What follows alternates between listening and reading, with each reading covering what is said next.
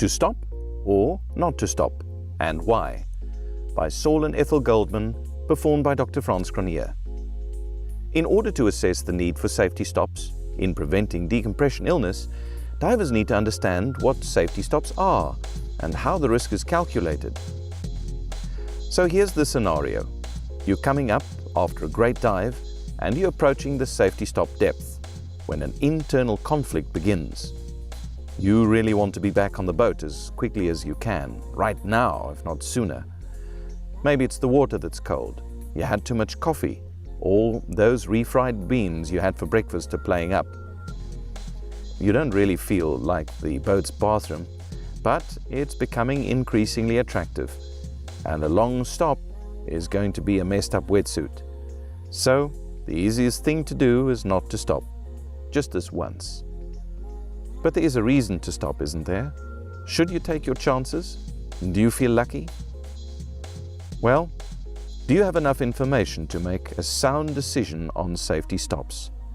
What would you need to know, or at very least, you would like to have some idea of the risk of decompression illness or bends if you did or did not complete your stop.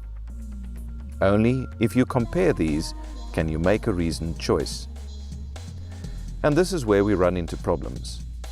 The dive computers we use today don't really operate on the principles of reasoned choices or acceptable levels of risk. They operate on yes or no. Yes, you can continue a dive at a present depth, or no, you may not continue a dive at this present depth.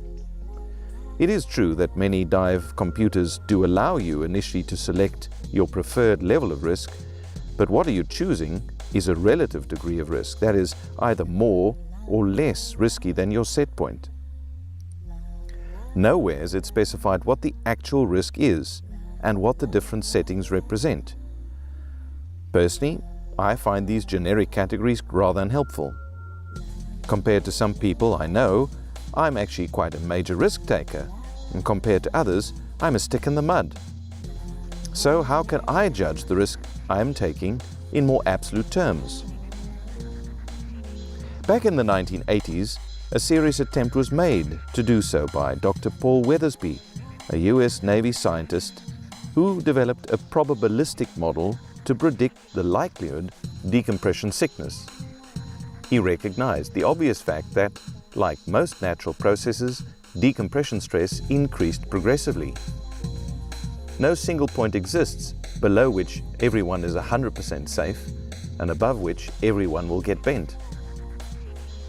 In 1993, the US Navy solicited members of the Diving Equipment Manufacturers Association, or DEMA, to cooperate in a program to get the so-called probabilistic algorithm imported into an established dive computer. There was some interest expressed, but also some objections, and in the end, no equipment manufacturer was willing to sign up.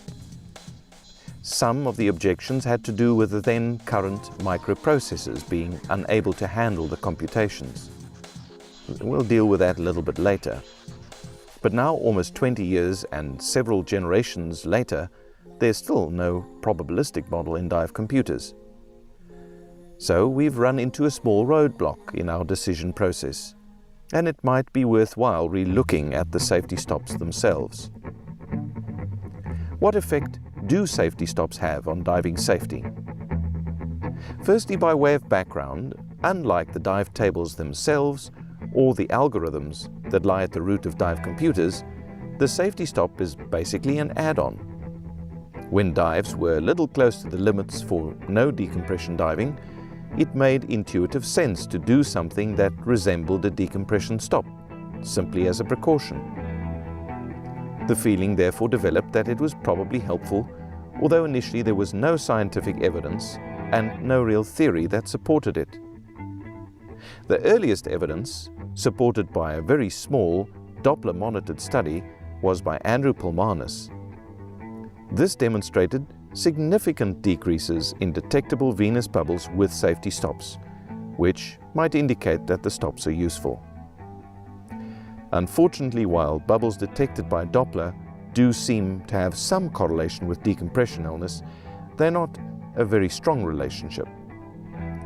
So we're still left with a common sense idea about safety stops based on anecdotal evidence or observations by the diving community and a limited amount of scientific support. So where do safety stops fit into the theory, or more practically, into the theory and algorithms that underlie current dive computers? All dive computers in use today, although different in many ways, are structured basically on Haldane's model of decompression. The Haldane model would predict only minimal benefits to safety stops. So what's going on? Are safety stops just an uninformed superstition, or do we need to look deeper for answers?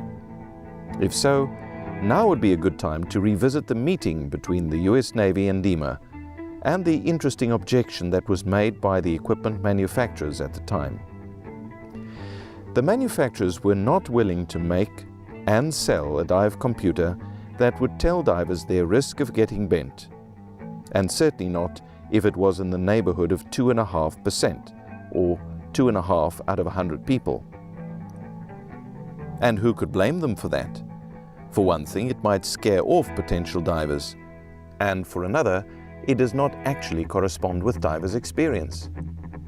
In theory, with a decompression sickness risk of 2.5%, a diver with 200 log dives might be bent 5 times. So dive guides with thousands of dives would be expected to be very familiar with the inside of a recompression chamber. Refusing the Navy's conservative, or rather pessimistic algorithm would seem a no-brainer for manufacturers if it were not for a few inconvenient details. One is that the Navy figures were based on solid experimental evidence. The other is that the manufacturers use the same Navy tables, or PADI tables that are similar, in calibrating the Haldanian model that underlies the algorithm.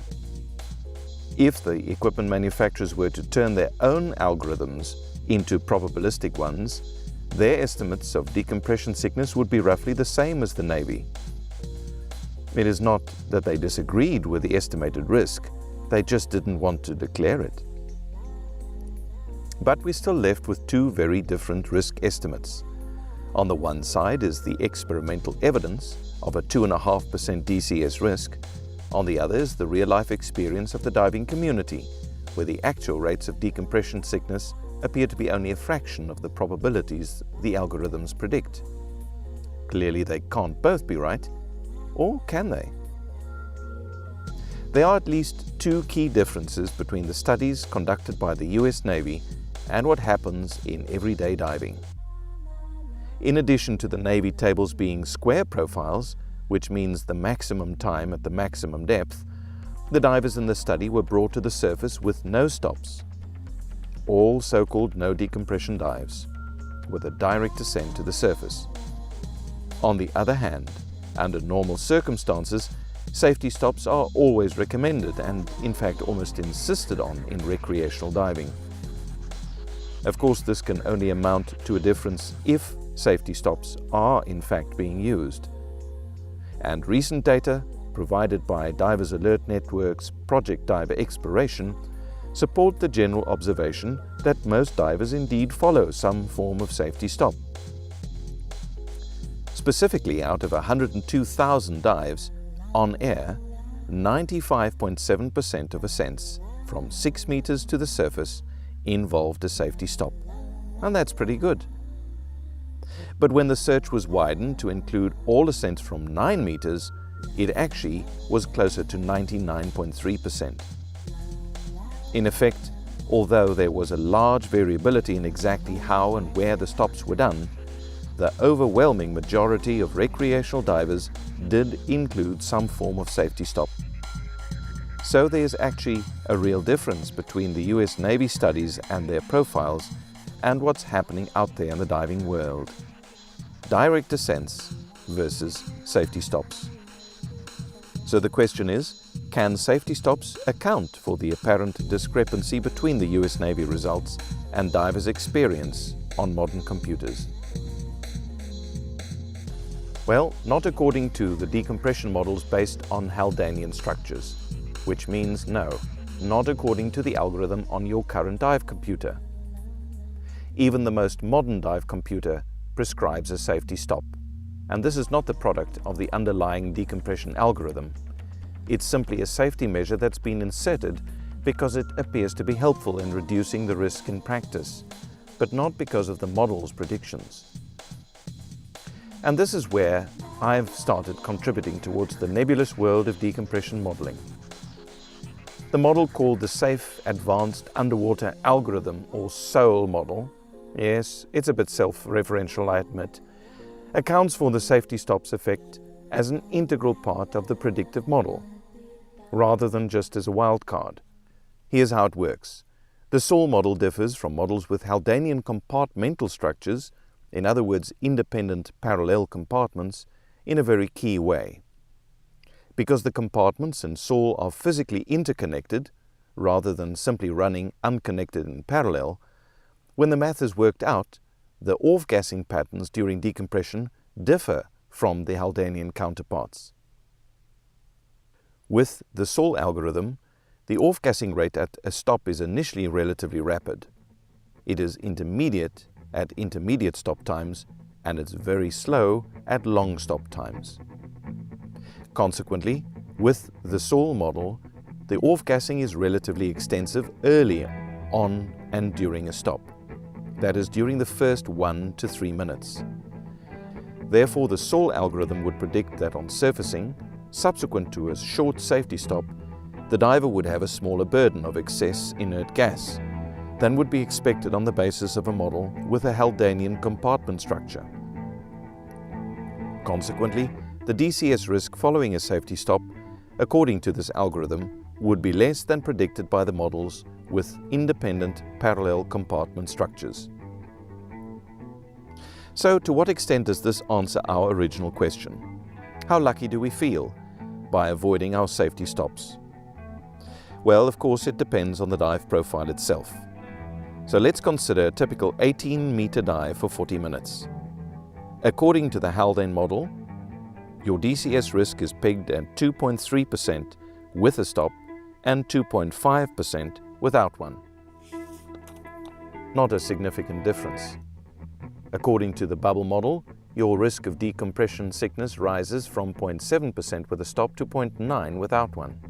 Again, not a huge difference. With SOAL, skipping your stop increases the risk from 0.1% to 2.5%, or put another way, a dive without a stop is 25 times as risky as the same dive with a stop. So what should you do? Well, according to the Haldane or bubble model, missing a safety stop does not make much difference in your risk of developing decompression sickness. The SOAL model reflects the experience of divers around the world, including Dan's Project Dive Exploration dataset. These divers perform safety stops, and it offers probabilistic outcomes that are more consistent with the actual low incidence of decompression sickness we observe. So with this article and podcast, we've tried to achieve two things. Firstly, I do encourage you to invest in performing safety stops no matter what the dive algorithm or computer tells you. Safety stops slow down your ascent and allow you to practice buoyancy skills, in addition to being a sensible precaution against decompression sickness. Secondly, I invite you to take a closer look at the SOAL model and read some of the articles or visit the author's website.